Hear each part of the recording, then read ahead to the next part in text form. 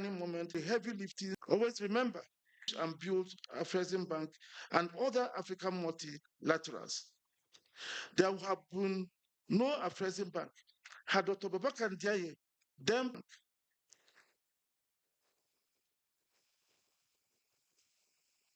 none of the progress I recounted, and these accomplishments would have been impossible had Mr. Jean-Louis Ekra not focused on.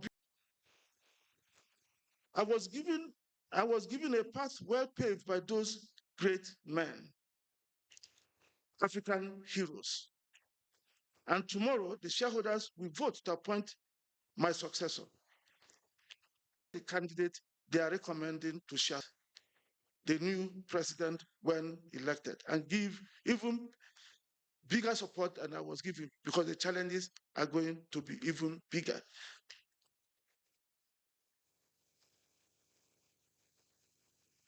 I say this because the past few years, until recently, we were being prevented from coming to the table. But now that we've come to the table, the fight is to kick us out of the table, kill us. So it's a stronger battle. I would also like to reiterate that the progress we have made as a bank wouldn't have been possible without the unflinching support that shareholders provided during the last decade. The equity injections enabled us to deliver on our core mandate and helped us to confront short-term economic shocks. Our utmost gratitude to our gracious host and his spouse, the First Lady, for the wonderful gathering, all the arrangements they've made, the hospitality we've received since we arrived here. We must also thank his government and the people of Nigeria for helping them to deliver on this.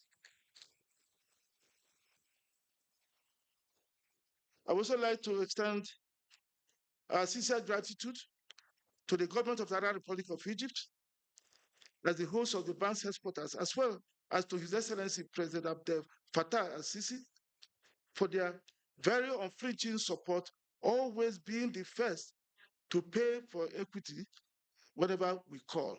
And whenever we needed support, they're always there. And we thank you very much. As I begin to wind down my tenure, I must extend special thanks to shareholders for their confidence in me. Sincere thanks are also due to African governments who have remained steadfast supporters of their institution, to our clients, corporate, central and commercial banks, SMEs, creative industry entrepreneurs and policy institutions, including the African Union Commission, the FCFTA Secretariat, the UN Economic Commission for Africa, the African Development Bank, World Trade Organization, the International Trade Center, members of the Alliance of African Multilateral, Stella, and thank you very much. Special thanks to our funding partners who have remained steadfast with the bank over the years.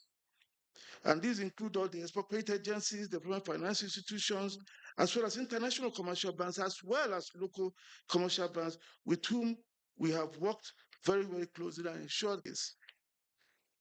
My deep appreciation to our board of directors of AFREXIMBANK, who have been the pillars on which the decade-long progress has been built. I thank them for walking this long and fruitful journey with us, always allowing us to make mistakes, always giving us support and showing us the way when we do make the mistake so that we can course correct. I thank you. I also thank all my colleagues at AFREXIMBANK for their unfettered commitment and support, which enabled us to deliver on our shared commitment to the continent. When I took office, I told you we are all joint mandated lead arrangers. So as joint mandated lead arrangers, we have made significant personal sacrifices for the bank and our continent. I thank you and your family.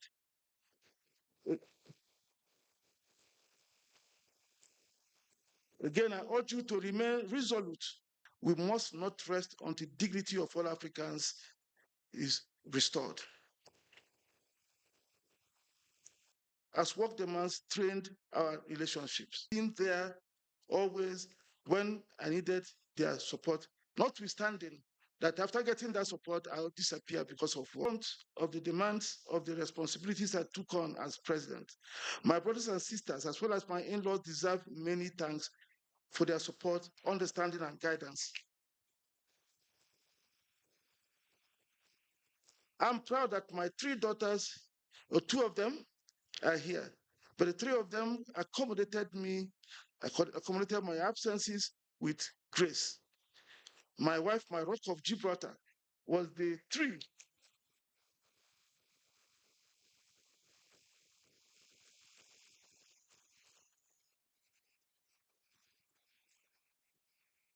My wife, my rock of Gibraltar, was the tree that made the forest in the past 10 years. I'm pleased I can now say to all of them, my children and my wife, that they can now have their father and husband back. I, I thank you for your kind attention.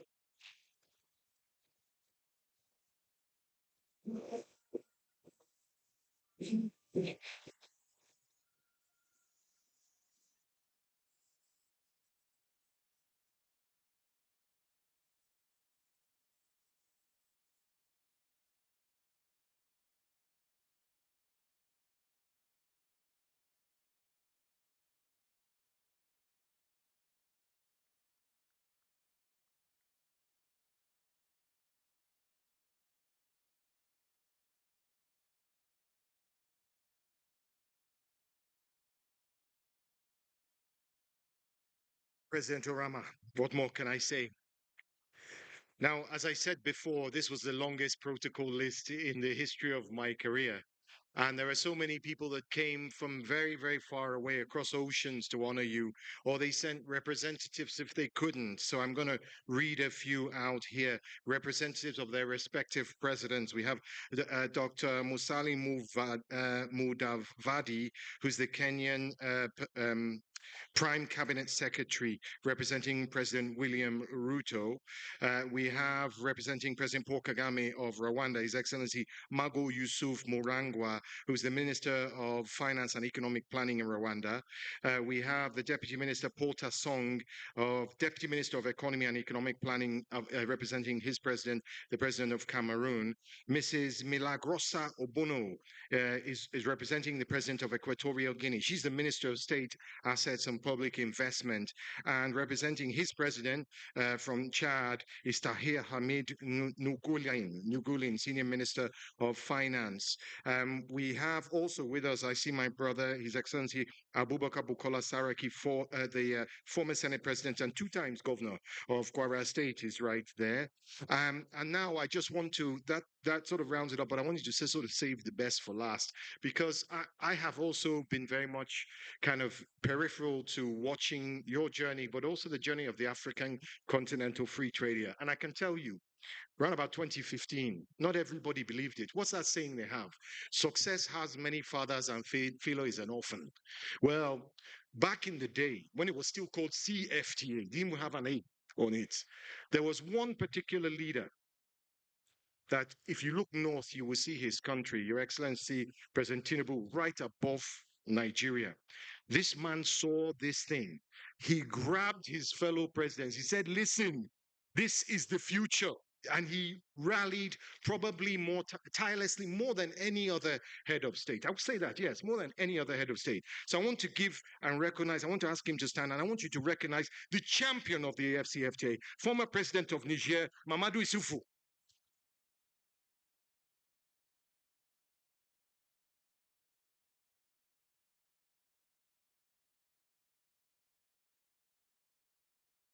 President Orama, you talked about the successes that AFREXIMBANK has had, so numerous to mention, the ground-shaking, earth-shattering impact of AFREXIMBANK, not just during your tenure, but the fact that AFREXIMBANK singles itself out by not just starting again when there's another president. It builds on the success of past presidents. I see you come out with something. Today is no different. I'm just going to show you three things. First is the concessional finance window. It's a video. The second second is the Africa Live Day, not the one you saw, but on the first day. And he said something which caught my ear.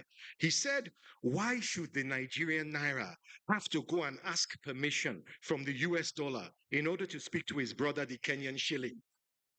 I was like, the strong words. Ow! I felt it. I was feeling it. Launched the PAPS card.